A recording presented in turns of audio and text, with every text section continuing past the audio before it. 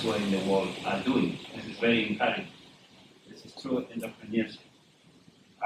Namibia stands ready to work with all the progressive forces, especially in building up the potential, harnessing the potential of building Africa and the diaspora. So we think that the future is entrepreneurship, and that's how we empower our people, especially the young generation. It's a pity you escaped my radar system when you were in Namibia. But I know Dr. Namwanti, the owner of the National University of Management, a very good friend of mine. He was the Minister of Education before he went full time. And some interesting and coincidentally, the wife is from Kenya, actually. Yes, no wonder the magic in it. So we're ready to work with you, my brother, anytime. You are surrounded by really brain power as well, with a lot of experience. You can hear them talking. And we all keep learning from them. And we pray to God that they stay still much longer with us to tap in their resources. That's all I want to say then.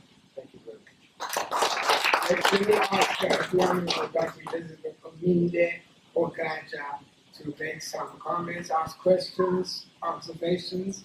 She's the county executive member and the county minister of health for the county of Kisumu. Why do I get it wrong, Minister? Thank you very much. I think this sort of is the icing on the cake for this summit for me. And I was really impressed. In fact, I got a new understanding of the meaning of the word diaspora, because you hear it a lot, but you have absolutely no idea if you come to a meeting like this, what other people from the continent are doing, wherever it is they happen to be. And I'm a pharmacist by training, so what you were saying really makes sense to me, and I've just seen a great opportunity because cannabis grows wild in my county. It's very rich in a lot of those phytocannabinoids. So I've seen now something else you can do instead of arresting all these young men who are growing it or cultivating it. I've now seen just from your short presentation the huge opportunities, especially for the young people in our country or in our country. If you look at the demographics, we have the bulge where it's big on the bottom, and not like in the developed world where it's the other way around. And so what I'm seeing from that, that's why I'm really interested in seeing how we can collaborate with an organization like yours and this illustrious team that you have here in creating jobs for our young people. Because a lot of them are getting into trouble. I'm sure it's the same thing in the African American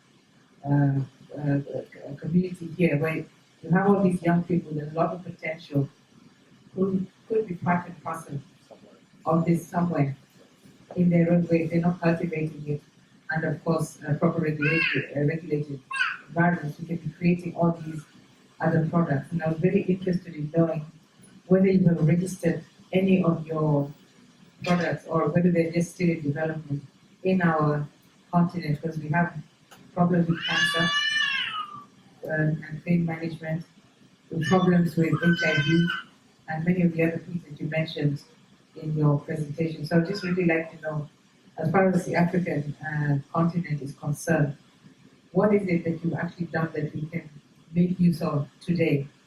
Or what is it that you'd like us to do at our level, both as a national ministry like my colleague from Namibia, or as where I am operating, that would make things work, this relationship and this research and this collaboration work better for the benefit of our people. Thank you. Thank you. Raymond, do you want to respond to that? One of the important things is, again, assessing what it is that you guys are looking for. You named a couple of different indications. The second area that we have to discuss is what level of regulatory controls you're looking to put into place. In Namibia, they're very particular because they want to follow the FDA guidelines, period. We went and we met with their forensic team doctors, scientists, police officers, and such, all in one meeting. Very intimidating, by the way. Very intelligent. Very intelligent. We learned a lot. We spoke, and we were trying to get a smile, but it didn't happen till the end. But the point is simple, is that they asked us for our dossier of drug development indications. Now, that told us immediately this is not a state-by-state situation. This is an FDA, get your drug approved through that regulatory process situation. So what we did is, in planning our next trip to Africa, we decided that it was smart to actually go back with an actual game plan and some progress with one of the entities, so that when we go back, we've already met a lot of the people. Now, just as you're asking, what do you have to show? So we're actually in the process of negotiating a full drug development agreement with one of the universities in South Africa. So we would need to sit down with you and figure out what's the best path that we can get started with. And we can do that right away. Yeah, I want to call on a couple more people who represent both age and genius. The first one I want to call on is Dr. Julius Garvey. Julius and I have spent an inordinate amount of time arguing with each other about all sorts of interesting things, and I've learned a tremendous amount from him. And he's shown me the courtesy and grace of listening to my sometimes crooked ideas. Dr. Garvey. Thank you so much. You gotta get a mic. Because, Let me get you a mic. oops.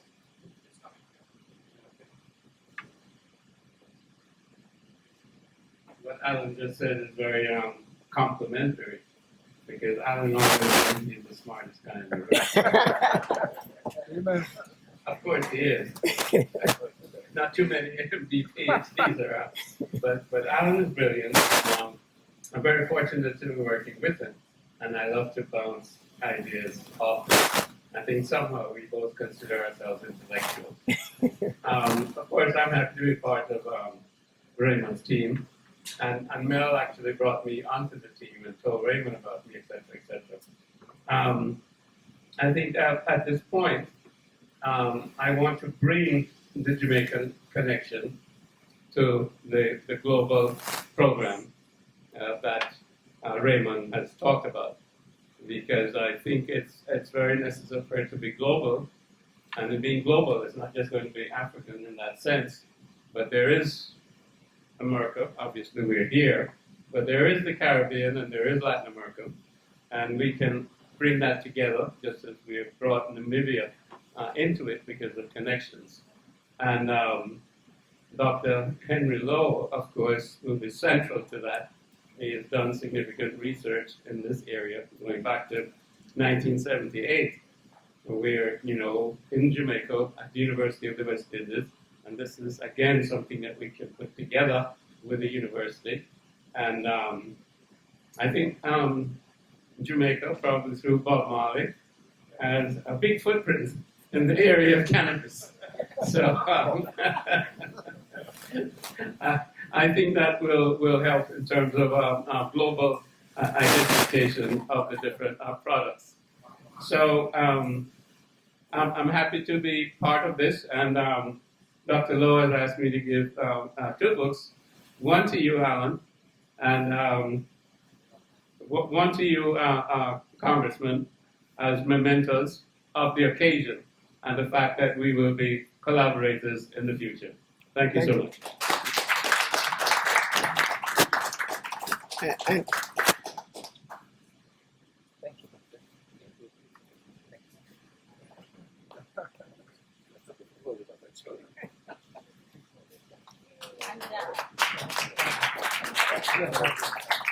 It's Don John. I remember when I graduated from medical school, the album, the Bob Marley album was the dancing album. So if I start dancing, just leave me alone. The last person I want to call on from the floor is Sam Opaku. to talk a little bit about a connection that he keeps on trying to make, and sometimes he gets it to the audience, but sometimes he doesn't. It's this notion that our identities and our mental health are tied together, and that in part you have to deal with people's identities and their pain in that relationship. So I'd like you to make some comments from your position on the floor and from your long experience in this area. As a psychiatrist, I'm surprised. I'm being called to talk. I happen to have been drafted to become the president of the Black Psychiatrists of America. I've been out of my homeland for a long time, since 68 actually. On the day that Chief Awolowo was going to jail, I was a lateral fellow to Jerusalem, but I really wanted to go to Edinburgh. So after 3 years, I went to Edinburgh University. The WHO broke their agreement with me that if you can find a medical school where you do not lose a year, we will support your fellowship. So in my position as a social psychiatrist, I go for the underdog, and I think everyone wants his child to go to Harvard. And the reason that's to go to Harvard